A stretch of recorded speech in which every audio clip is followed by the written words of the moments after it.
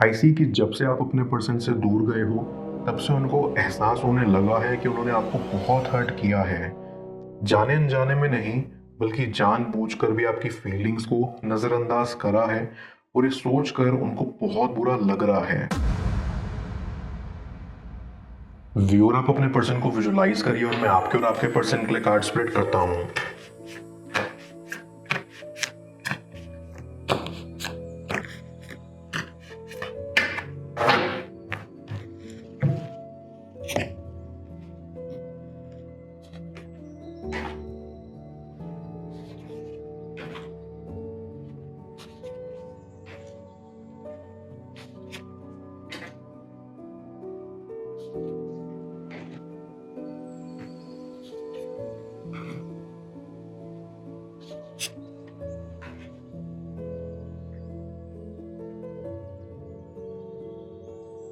ऐसी कि आपके पर्सन ने आपको बहुत हर्ट किया है और उनकी वजह से कनेक्शन खराब हुआ है। उनके एक्शंस ही ऐसे थे जिससे आपके बिहेवियर में बदलाव आता गया। आपको अंदर ही अंदर हर्ट होता गया और आप बदलते रहे। और हैरान और परेशान होने वाली बात तो ये है कि वो आपको ही ब्लेम करते रहे इस कनेक्शन के खराब होने में। उनको आपका बिहेवियर बदलता हुआ दिखा और उन्होंने आपको टॉन्ट मारने शुरू कर दिए कि आप तो बदल गए हैं। उन्होंने ये समझने की कोशिश नहीं की कि आप बदले क्यों थे या आपके अंदर ये बदलाव उन्हीं की वजह से आया था। और कनेक्शन के खत्म होने के दुख से ज़्यादा आपको इस चीज़ का ज़्यादा दुख है कि वो कभी आपको समझ नहीं पाए और ना ही कभी समझने की कोशिश की।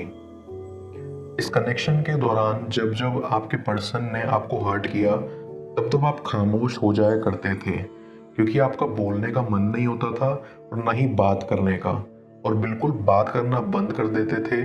और आपके पर्सन को इससे भी दिक्कत होने लगी थी। वो अक्सर आपको सुना दिया करते थे कि आप जब मन करे तब बात करते हैं और जब मन ना हो तो नहीं करते। ये सुनकर आप सोच में पड़ जाते थे कि क्या ये वही इंसान है जिससे आपको प्यार हुआ था। आपको बहुत बुरा महसूस होता था कि आपका पर्सन कितना नासमझ है और उनको आपकी भावनाओं की कदर नहीं है। आई फील कि आपका पर्सन किसी थर्ड पार्टी से इन्फ्लुएंस होता था और इस वजह से आपको इनसिक्योरिटी फील होती थी। फिर चाहे वो थर्ड पार्टी कोई और हो या उनके दोस्त या उनकी फैमिली, आपको लगता था कि कोई आपके पर्सन को आपसे छीन ना ले, कहीं वो किसी की बातों में आकर कुछ कर ना लें या उनके मन में आपके लिए प्यार और रिस्पेक्ट खत्म ना हो जाए। ये सब विचारों से आप घिरे रहते थे और इसी वजह से आपकी मेंटल हेल्थ भी खराब होती जा रही थी। आपको श्योरिटी चाहिए थी कि आप उनकी लाइफ का एक अहम हिस्सा हैं और हमेशा रहेंगे, लेकिन उनके एक्शन से ऐसा नहीं लगता था। वो बोलते कुछ और करते कुछ और थे। कहते हैं ना कि एक्शंस हमारे शब्दों से ज़्यादा पावरफुल होते हैं। तो इसी को मद्देनज़र रखते हुए आपने अंदर ही अंदर ये मन बना लिया था कि आप उनसे दूर हो जाएंगे। लेकिन शायद भगवान को कुछ और मंजूर था। आपके मन में वो दूर जाने वाली भावना हमेशा के लिए टिकी नहीं, क्योंकि आप हमेशा अपने पर्सन का अच्छा चाहते थे। आप चाहते थे कि वो लाइफ में आगे बढ़े और किसी से इन्फ्लुएंस ना होकर सिर्फ आप पर फोकस बनाए रखें।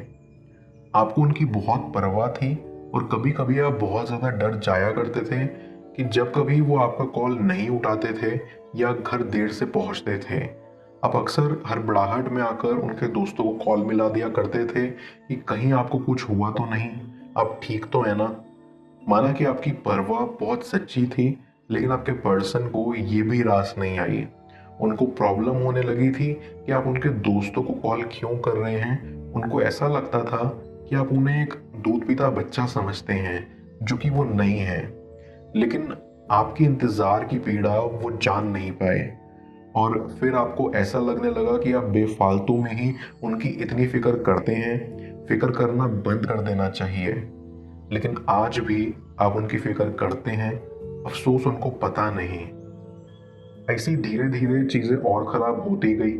आपके पर्सन को कई चीज़ों का लाइफ में एडिक्शन भी था।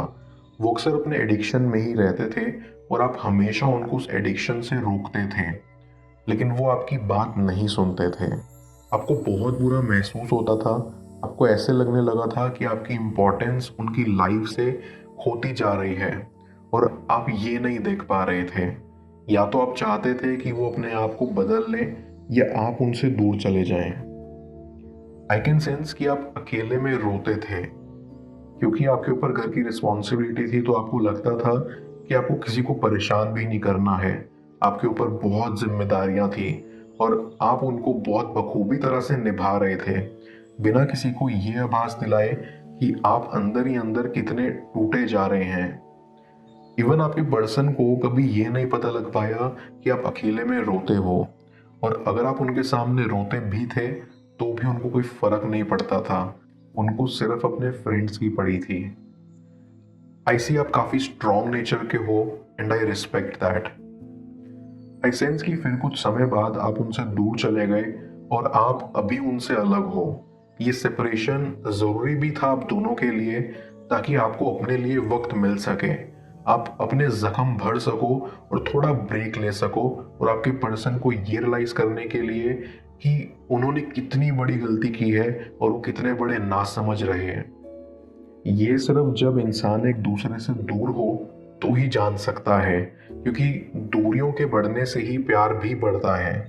आपको उम्मीद भी है कि आपका पर्सन आपसे माफ़ी मांगने आएगा, लेकिन दूसरी साइड आप अपने आप से भी लड़ते रहते हैं कि आपको उनको अपनी ज़िंदगी में वापस लाना है या नहीं। आप अंदर से ये भी जानते हैं कि आपकी नाराज़गी कुछ वक्त की है, जब तक आपकी फ्रस्ट्रेशन उतर नहीं जाती, क्योंकि आप अभी उनके लिए फील करते हो और चाहते हो कि उनके मन में आपके लिए जो प्यार कहीं खो गया था वो वापस आ जाए और वो आपकी वैल्यू समझ पाए। मैं कार्ड्स को क्लैरिफाई करता हूँ, तब तक आप प्रॉपर एनर्जी एक्सचेंज के लिए इस रीडिंग को लाइक कर दें, और पर्सनल रीडिंग के लिए आप मुझे ऊपर दिख रहे व्हाट्सएप नंबर पर अप्रोच कर सकते हैं।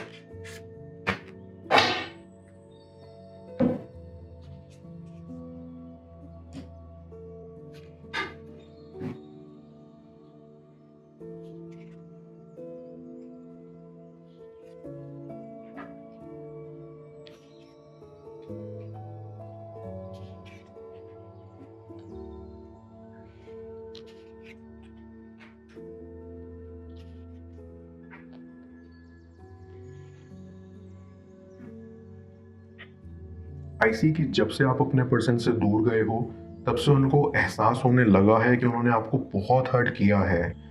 जाने अनजाने में नहीं, बल्कि जानबूझकर भी आपकी फीलिंग्स को नज़रअंदाज करा है, और ये सोचकर उनको बहुत बुरा लग रहा है। आई फील कि किसी और ने भी उनको वैसे ही हर्ट किया जैसे उन्होंने आपको किया था, तो इसीलिए वो अब ज़्यादा महसूस कर पा रहे हैं आपके दर्द को। उनको तो ये भी नहीं मालूम कि अभी आप कहाँ और किस हालत में हैं, और वो जानना चाहते हैं कि क्या आप ठीक हैं, और ये शायद वो अपने किसी दोस्त के ज़रिए पता लगाने की कोशिश कर सकते हैं। लेकिन इतना ज़रूर है कि उन्हें आपकी परवाह अब होने लगी है। उनको अपने आप पर अब बहुत गुस्सा आने लगा है। उनको ऐसा लगता है कि उन्होंने इतना कीमती इंसान कैसे खो दिया, जैसे हर कीमती चीज़ की कदर हमें उसके खोने के बाद ही पता लगती है, ठीक वैसे ही आपकी कदर उनको महसूस हो रही है। उनको अपनी हरकतों से नफरत हो गई है। उनको ऐसा लगता है कि उनकी बेतुकी करतूतों की वजह से आप उनसे दूर चले गए, इसीलिए अब वो अपने स्वभाव को बदलने की कोशिश कर रहे हैं। उन्होंने अपना एडिक्शन भी कम कर दिया है। अब वो धार्मिक कार्यों में रुचि लेने लग गए हैं और स्पिरिचुअल जगहों पर विजिट करते हैं। अब उनकी बेताबी आपको मिलने की बहुत बढ़ रही है, और वो चाहते हैं कि आपसे जल्द मुलाकात हो। आई फील उन्होंने अपने आप को काफी बदल लिया है। वो पहले जैसे नहीं रहे। वो रोज आपकी तस्वीरों को देखकर खुद पर खुद मुस्कुराते रहते हैं। उनको आपकी बेहद याद आती है। वो सभी पल, जिस पल वो आपके साथ खड़े नहीं हुए, वो उन पलों को कोसते हैं। उनको समझ नहीं आता कि उन्होंने आपका दर्द कैसे नहीं समझा, आपको अकेले में इतने सारे दुख कैसे झेलने दिए। आपके पुराने मैसेजेस को वो पढ़ते हैं, जिसमें आपने अपने दर्द को बयां करा है, जो आप कभी उन्हें कह नहीं पाए। वो सब पढ़कर वो बहुत दुखी होते हैं और उनको लगता है कि उन्होंने बहुत बड़ा पाप कर दिया है। इसीलिए अपने कर्मों का पछतावा करने के लिए वो स्पिरिचुअलिटी की तरफ अपना झुकाव बढ़ा रहे हैं, जहां वो दुआ मांगते हैं कि आप जहां भी हैं खुश रहें। उनको ऐसा लगता है कि वो जितनी मर्जी माफी आपसे मांग लें वो कम ही होगी, और उससे उनके कर्मों का भुगतान नहीं हो पाएगा, लेकिन वो एक मौका लेने जरूर आएंगे आपके पास और आपसे सच्चे दिल से माफी मांगेंगे और इस कनेक्शन की एक नई शुरुआत की उम्मीद रखेंगे। मैं ओरेकल ऑफ द फेरीज की मदद से यूनिवर्स से आपके लिए एडवाइस पूछूंगा। देखते हैं यूनिवर्स आज आपको क्या एडवाइस करना चाह रहा है।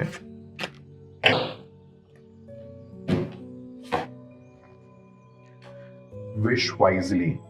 ये फेरी आपको गाइड करना चाहती है कि सब कुछ मैनिफेस्ट करने के बजाय आपको स्पेसिफिकली सिर्फ एक चीज मैनिफेस्ट करने पर फोकस करना चाहिए जो कि आपके दिल के सबसे करीब है और सबसे इम्पोर्टेंट है।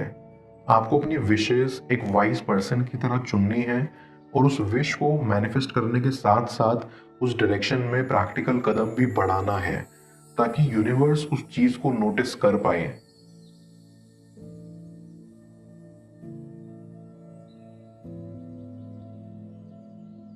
आपके पीठ पीछे आपसे क्या सब छुपाया जा रहा है जाने स्क्रीन पर शो हो रही इस अगली टैरो रीडिंग में।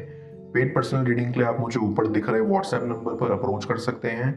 मैं मिलता हूं आपसे दोबारा अगली टैरो रीडिंग में। Till then, bless you.